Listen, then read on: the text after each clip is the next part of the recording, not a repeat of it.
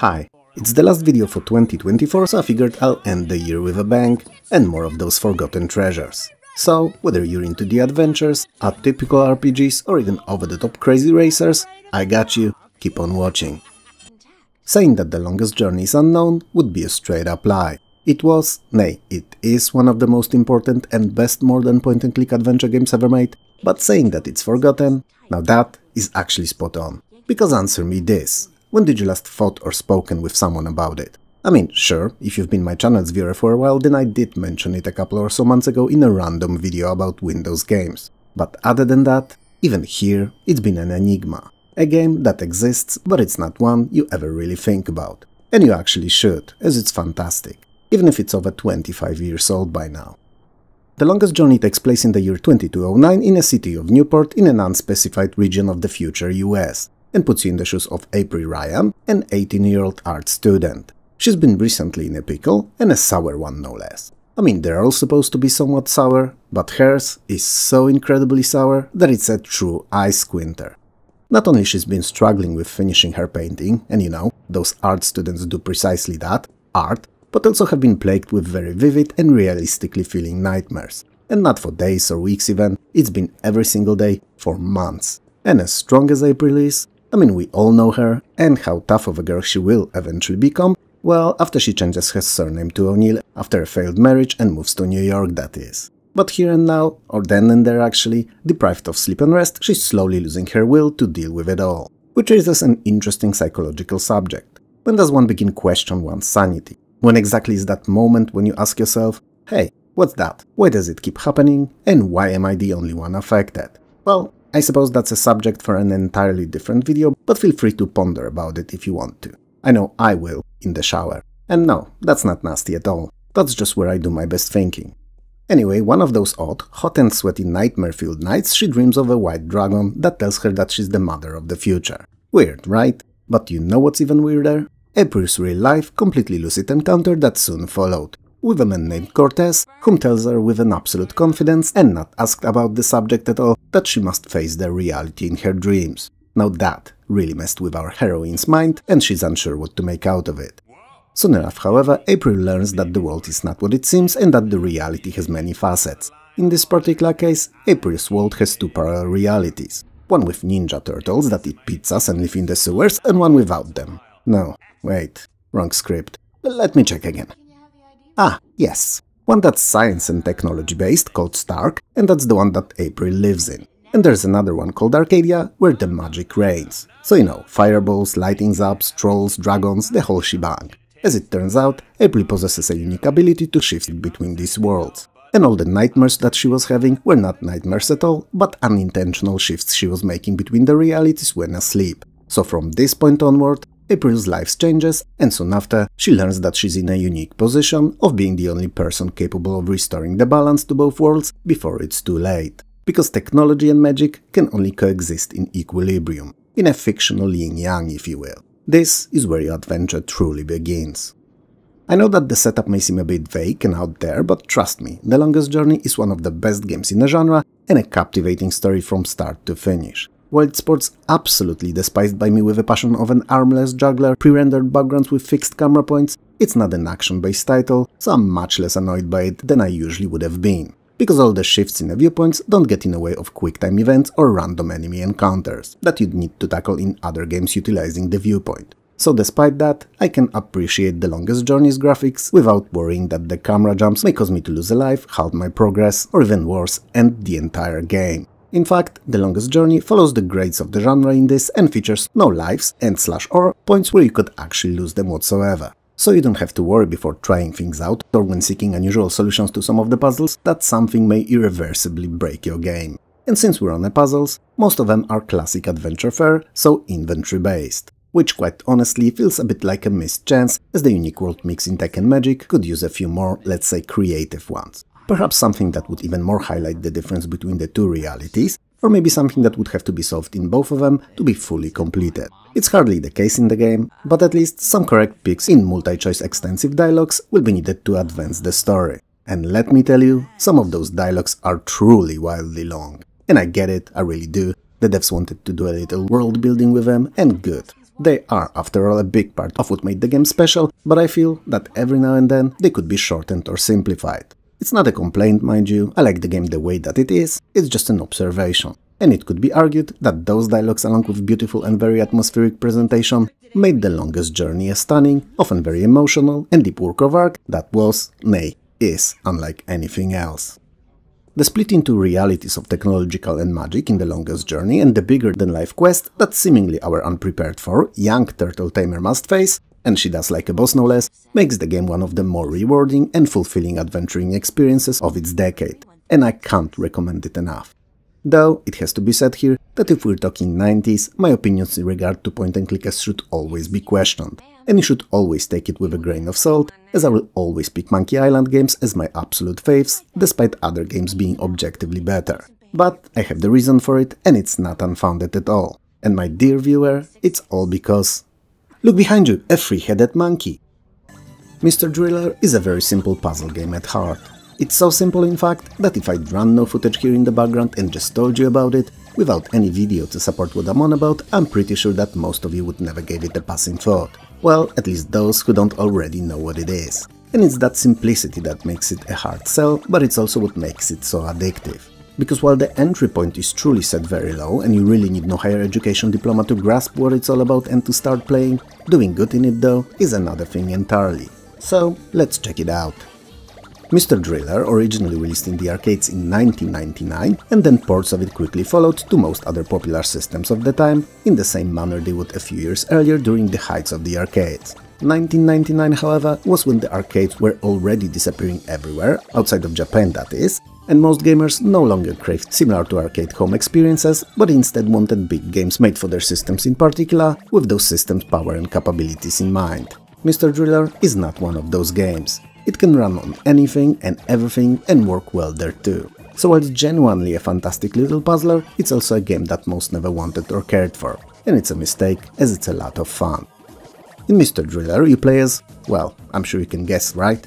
Mr. Driller. And he's this tiny, cute pink and blue clothed fellow whose only real skill in life is drilling. While it may not seem like a lot, he's so good at it, he's made an art out of it. He can drill in all directions and jump one block high too, note that down. The idea here is rather simple, beat series of levels by drilling downwards, period. Yes, that's pretty much it. But it only sounds simple. There are two types of challenges, 2500 and 5000 feet, and each block is supposedly 5 feet high.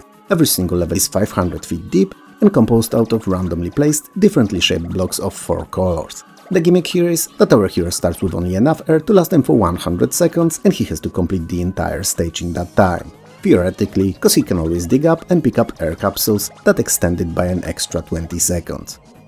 Now, digging down is very easy, like really easy. You just basically stand there, start digging and that's how it's done. There's no philosophy to it whatsoever. Survival, however, now that requires a bit of brain work. Cause you see, the blocks that have no support under fall down, and as you can pretty much guess, two things happen when you dig. For one, you remove supports from many blocks stacked above you, and for two, you gotta avoid those falling bricks like the plague, as they're equally as deadly. So air and heavy objects falling on your head is what you're mostly worrying about. That is obviously not all, cause while the 4 colored blocks that you're going through are really easy to manage, there are also those with an X on them. These take a few more hits to destroy, and when they also take off 20 seconds from your remaining time, which as you can easily guess, can be devastating to both your ego and Mr. Driller's life. There are, however, some ways you can manage your life easier and progress faster, also less painful, which is always helpful.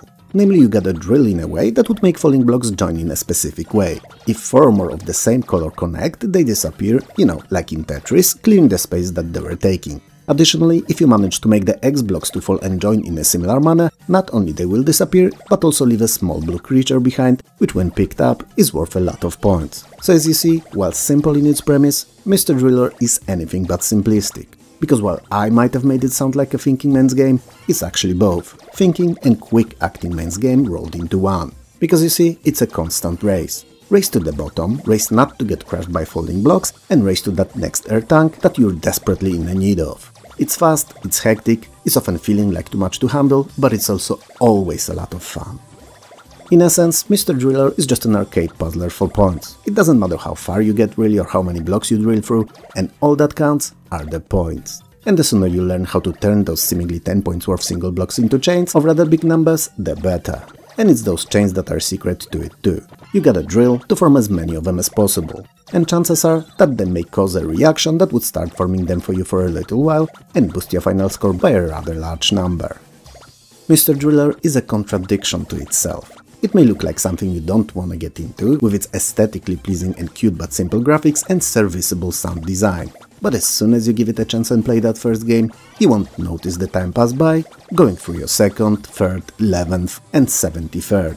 It's a game that doesn't feel like something, more like a filler between other somethings, and you know, it kinda is, but when you give it a chance, then I can promise you it becomes that something and not a filler. Do not skip it, it's a treat, and oh, so much fun. Heart of Darkness was supposed to be a spiritual successor to Another World, also known as Out of This World. So, a cinematic action platformer with a lot of puzzling, taking place in a mysterious, stranger-than-fiction location and pitting you against an unknown alien-like enemies. And you know what? It kinda delivered, and in style no less.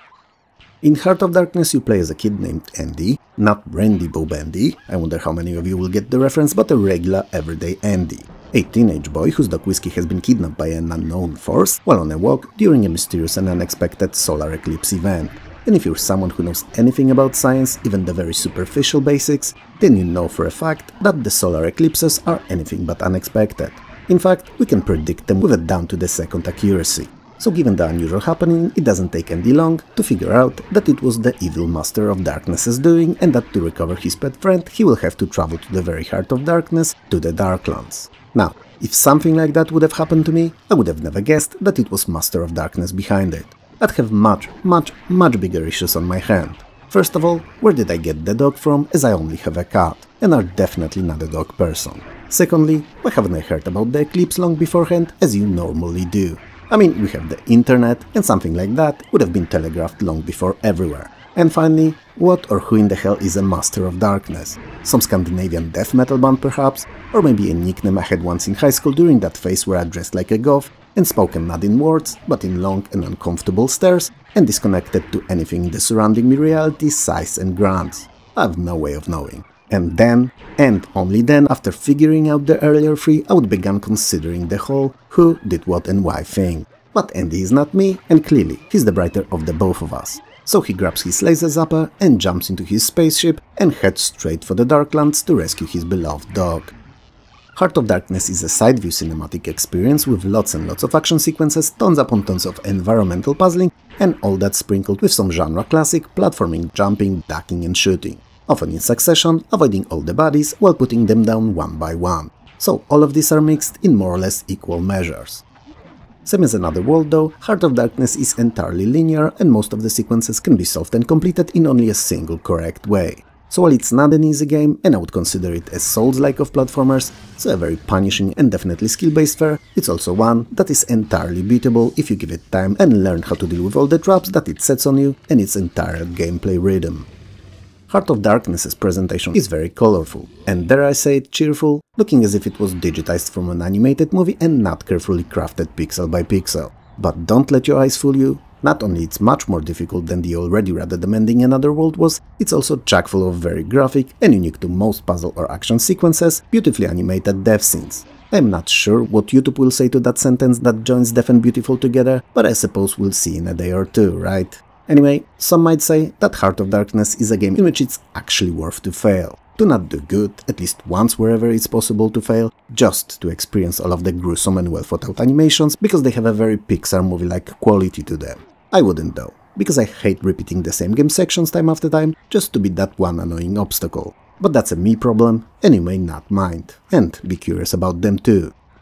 Interestingly enough, upon its original release, Heart of Darkness came with a pair of 3D glasses in a box, as some scenes during gameplay actually utilized the technology, if I can even call it that, and allowed them to be experienced in full 3D. It wasn't something that was done often in games back then, and even less so with such an attention to detail, rather kid-unfriendly detail, but detail nonetheless, so it's something worth appreciating. All in all, if you don't mind the difficulty, Heart of Darkness is probably one of the best 2D action platformers ever made.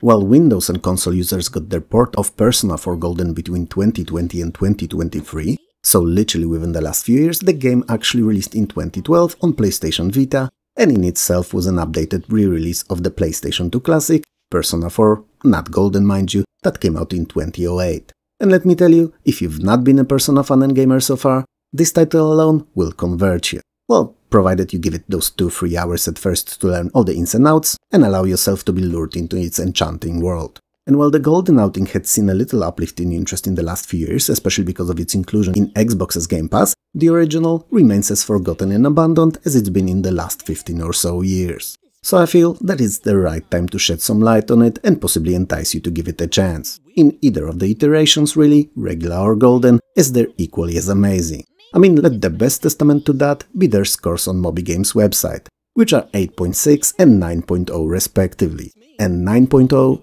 is a score that basically no games ever get there. There's maybe a handful and they're all spectacular in one way or another. So with that out of the way, what it actually is. Well, Persona 4, whichever of them both really, is a turn-based party-centric Japanese-style role-playing game with a very heavy and omnipresent social simulation elements. It mixes very realistic-feeling themes of high school life, both in and out of school, and surreal, often dark magic-feeling tones of the secret parallel world that exists only within the realm of television and is populated by the evil supernatural creatures known only as shadows. These shadows are often representations of the real-life counterparts and reasons for them being evil in the real world. Not all shadows are pure evil, however, and your soon-to-be group of high school adventurers all have their shadows too, granting them unique and special powers that can be used to battle the evil ones. But we'll get to that in a minute. A small Japanese town of Inaba has been a quiet one for a long while. It's a place where no crime really ever occurred, and it carried on being a forgettable place where nothing of note happened for decades. Until suddenly, and seemingly out of nowhere, strange murders began to plague it. People are found dead in usually very mysterious circumstances, and there are no real evidence that could link the murders to a particular person, group, or even joint reason, despite them all being equally as weird. You play as a new student that recently arrived in Inaba and is living with his uncle, a police detective, Ryotaro Dojima. Soon after your arrival, a TV announcer is found dead, her body hanging from a TV antenna, and a little while later, a student who found her is also discovered to be killed. So now you and your group of friends, well, friends that you will have to find using the social gameplay mechanic and recruit to your case, will embark on a mysterious quest into the parallel TV universe to battle the evil shadows and find one responsible for all the killings in the real world. The gameplay is divided into two main parts and stretches over a whole school year. So you have this real-world part that is split into morning, school, after school, evening and the likes, and then there's the parallel world that most of the quote-unquote action takes place in. So the real world is mainly comprised of you going to school and hopefully doing well there, and forming and strengthening of relationships with your friends. You will also join numerous clubs, work part-time, study, or even go on trips and little adventures with your friends. All of the romance and teen drama takes place there too, and both will, a lot I must add, so basically it's what you'd expect to happen in real life to high schoolers. And despite what it may sound like, it's super fun, especially that it also follows a real in-game calendar, so juggling what and when to do can be a bit problematic, especially if you're trying to spend the time as efficiently as you can. Oh, cause naturally I failed to mention it till now, but each of those activities has an impact on your character's personality and /or attributes. In the parallel TV world, you'll solving crimes with your friends by going through these random generated dungeons that are populated by a plethora of different shadows to beat and usually crafted around the particular victim that died in real life. And beating the dungeon, going to the end of it and facing the boss allows you to solve the crime, find the party responsible and then bring them to justice in the real world. Sounds complicated, I know, but trust me. As convoluted as it is, the game does a really good job of explaining it over time in small chunks that add background to the general idea of it as you progress through the game. The combat here is turn-based and you get a full control of each of your characters. All of them have their own personas, which are those mystical beings representing the real-life character in parallel world battles, and these personas come with their own sets of skills, abilities and attacks. They level up and get better and can expand their repertoire of available actions over time too. What's best about them though is not that they get better and better, but the fact that you can actually merge them to create new and often even more powerful ones. The system takes a little getting used to or reading about, but as soon as you figure out what's what and how it's done, it adds another deeper and more strategic layer to this already rather tactical and strength versus weaknesses combat encounters. Also, farming for particular personas to have them merged into a one you wanted to get makes the grinding element known from JRPGs practically invisible and not annoying at all. As at all times, you know where you are and why you're doing what you're doing, and it doesn't really feel random. I realized that all I just said, literally all of it, may sound like a bunch of odd ideas Frankensteined into one game with no care and in a way that will not make them work, appear stupid, boring and fall apart in no time. I really do. And it does kinda sound like it. But it's not the case whatsoever. I've no idea what kind of Jedi mindfucker the devs did here, but not only Persona 4 does not fall apart or seem broken, unfitting or even boring, it works great together and to the point that if you give it a couple of hours, you won't be able to put it down until you finish it. And that's what happened to me. I sunk in and finished it in just a few days, playing it non-stop. It's also the only problem that I have with the game, that it ends so fast, because while it's not a short game in any meaning of the word, you'll go through it in no time. I wish it was extended to 2 or 3 years even, that it would give us a bit more, but it's not the case. And perhaps for good reason. Because sometimes more may end up too much, and if it was any longer, it could have possibly fallen apart, just as I worried that it will. To this day, after playing most if not all of them, Persona 4 in its gold iteration to be precise is my most favorite entry in this series, and one that I have the most fond memories of. If you enjoy tactical and very strategic JRPGs, and also don't mind fun and quirky mechanics mixed into them, there's virtually no better game around, and you should definitely seek it out and give it a chance. The cover of the Big Red Racing says it all, and it's as quintessential representation of the 90s in a video game form as you could have ever hoped for. It's adrenaline-fueled, action-packed, Mario Kart-like racer with a touch of off-road, bits and pieces borrowed from other racing games and a lot of crazy to boot. It's the Sonic the Hedgehog of racers. It's cool, rad, hype and whatever else you would have called it back then, it's a riot. But most of all, and above all else, it's actually really fun. And I don't mean fun for when it released, but overall, even today, 27 or something years later. Big Red Racing features 24 entirely unique and wild to race on tracks split over 6 cups encompassing the globe, Moon, Mars and Venus. I know, a weird mixture of locales perhaps, but each of them has distinctively unique look and feel and offers a selection of 2 vehicles to pick from. There are many more obviously available in the game and they can be really crazy and unexpected for the genre. Like spaceships, snowmobiles, jeeps, helicopters and hovercrafts to name a few, but there is always only 2 of them to pick between for each race. In a way, these vehicles make Big Red Racing feel like an evolution of Micro Machines' idea, but in 3D. And there is something to that actually, as the racing itself is equally as wild and unpredictable as the one in Codemasters Classic. The game offers a selection of different camera views and even one from inside the car, and while it's not as detailed as in some of those bigger budget games like the Need for Speed, it's still plenty to choose from and everyone should be able to find one view that will be the most comfortable for them to play in.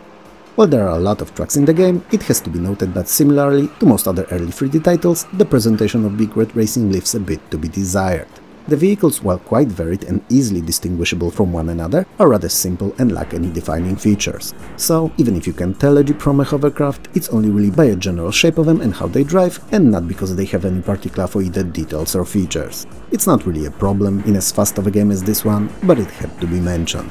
And especially that the tracks seem to suffer from the same issue. Their design, all the straights, turns and jumps on them are fantastic, but they feel very empty, devoid of any landmarks or interesting background objects. Well, maybe short of an occasional low-poly tree here and there. The point is, it would have been nice if there was an option in the game that would future-proof it when it released. Something to add extra objects and details. Even if this would not be able to be displayed on systems of the time, they could probably benefit the game's longevity if they'd be available there to turn on 2 or 3 years down the line. Either way, regardless of how the Big Red Racing may look like, the gameplay is full of furious action, aggressive jumps, corner cutting and unexpected overtakes, and even if you're at least a little into the arcade racing, you'll no doubt find yourself enjoying the game immensely. And even more so against others, as it's clear from the moment that you launch it that it was designed with multiplayer in mind. You can play it in split screen and online too, and it's easily the most fun when experienced with others, as it feels a little like Mario Kart, only faster, crazier and most of all using a rotating selection of vehicles on numerous over-the-top tracks. Big Red Racing is an excellent example of a game that grew old well, because despite its slightly disappointing presentation, the core gameplay that it offers is as fun today as it was 25-ish years ago. It would have seriously benefited from a modern remake though. Or better yet, reimagination with polished presentation and sounds and re-release, on Xbox Game Pass or Steam for instance, where it would have quickly become a hit. This was the last video for 2024, so I hope that you enjoyed it. I've plenty more in the works for the next year, so I'll try to make sure that you've always something fun, weird, or cringe to expect from me. For now though, I would like to thank you all from the bottom of my heart for supporting me throughout the entire year. for watching my videos, liking and sharing them, and for all the comments, good and bad, as they all meant, and still do, something to me.